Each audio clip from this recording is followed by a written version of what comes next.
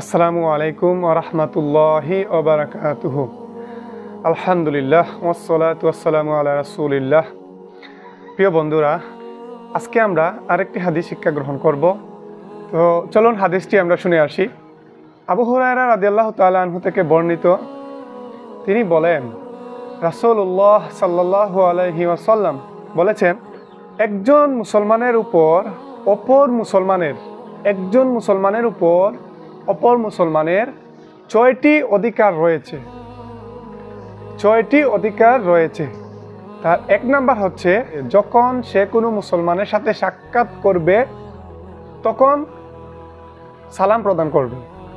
2, তাকে কোনো মুসলমান ডাকলে বা দাওয়াত দিলে সেই ডাকে বা দাওয়াতে সাড়া দেওয়া।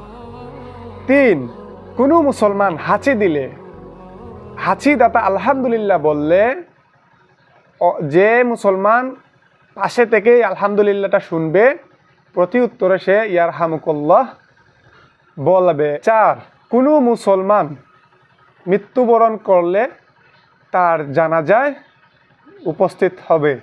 5, কোনো মুসলমান অসুস্থ হলে তার সেবা যত্ন করবে, তাকে দেখতে যাবে।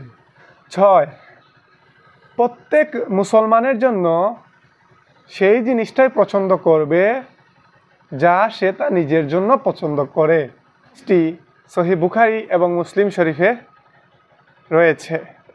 আসুন আমরা মুসলমানদের এই 6টি হক আদায় করার চেষ্টা করি। আসসালামু আলাইকুম ওয়া রাহমাতুল্লাহি ওয়া বারাকাতুহু।